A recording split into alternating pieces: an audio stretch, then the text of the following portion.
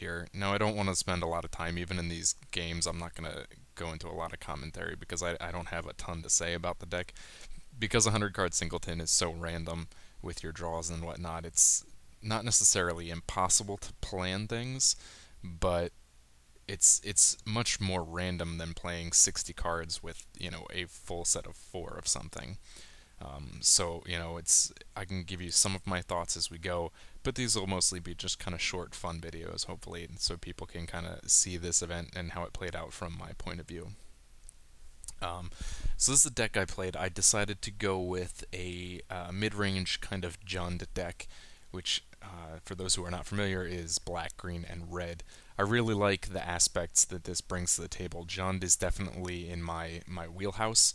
I love control, and counter control is all well and good, but when it comes down to it, I'm a black mage at heart, and what Jund offers is a lot of those great control options. On the other side of things, I will say also that I had a lot of the cards that I wanted. I didn't want to spend a lot of money on this deck. I'm a Pauper player, so there's a reason why I play Pauper. I don't have a lot of money to dive into, a set of Force of Wills. I mean, even at Singleton, it could be a very pricey deck to play something along the lines of blue-white control.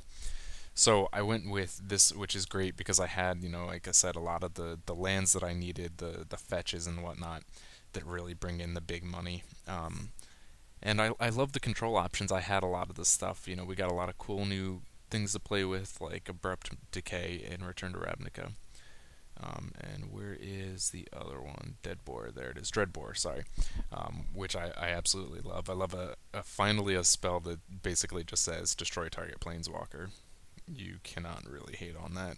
You also get stuff like Terminate, which is those colors as well, and there's a lot of fun stuff. Pulse comes in here, Deed, Pernicious Deed comes in here, so I really love what Jund has to offer.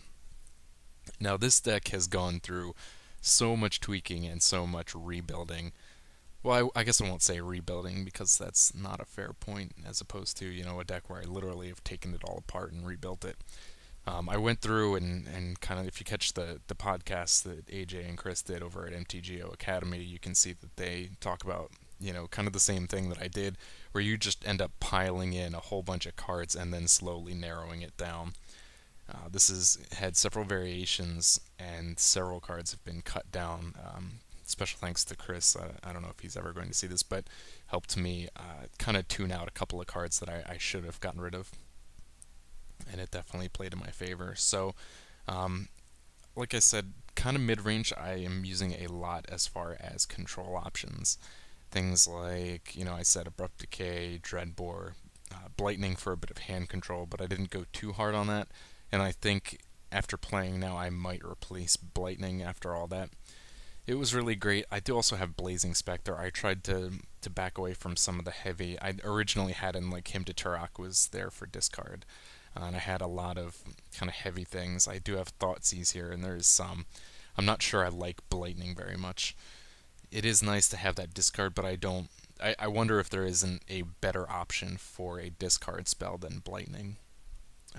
It's great, but I wish that it's a lightning bolt effect plus a discard spell, and I really wish that what it came down to was just a discard spell plus something better than just a lightning bolt. And there's a couple of other choices that I might rework if I can find something else, and only if I'm going to actually have time to meet one of the other events. But anyways, so a little bit of discard package off those, a lot of creature kill. Running a couple of swords in here as well, Fire and Ice as well as Feast and Famine.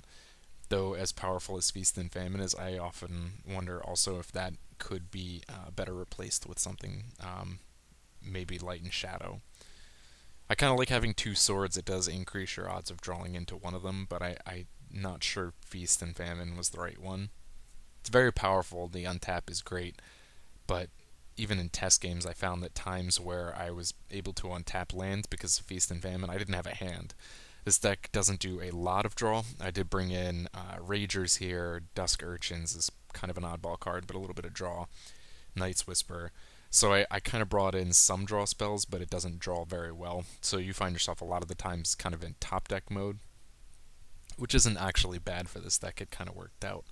But I think what that means is that Feast and Famine is not as great because you don't have options to play after that second in that second main phase.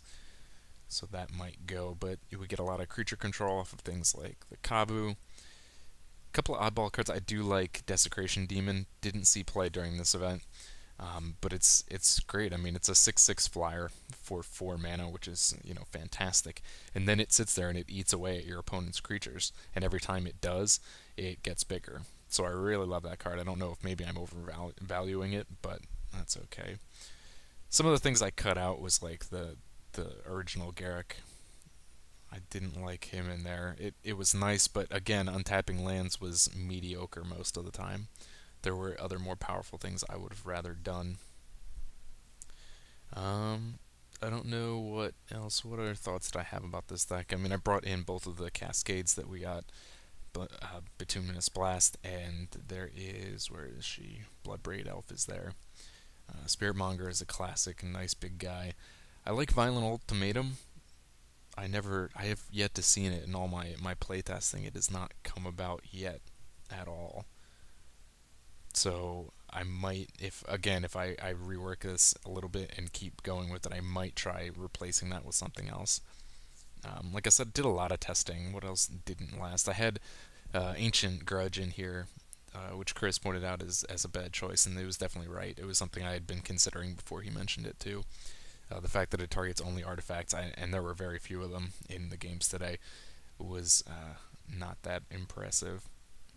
Sideboard choices. Let's show these here real quick.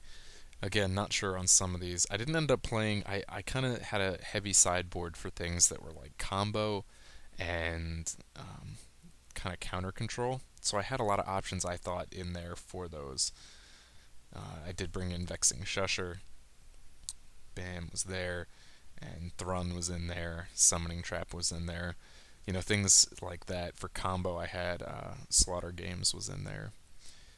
Sever the Bloodline, if there was, I don't know, that's probably got to go. That was in there. This is maybe too much Pauper play. That was in there for any kind of storm that I might come into, but I guess Singleton Storm is not great. It's an okay removal spell, I guess, and if there's any kind of cloning. But anyways, things like Leyline, Relic really ended up being not that great, not that important. So, still, it's an okay one. Beast Within, another one that may get dropped at some point in time. Lord of Extinction, I think actually worked out to be a good card. I just never drew it. So, I think that's it. Like I said, I don't want to spend too much time going into detail in any of these videos because there's no point. I mean, it's just something fun I wanted to share with you guys. It's not what I usually do, and there's not a lot I can say about it. So, hope you enjoy it, and I'll put up those games. Each will be a separate video as well.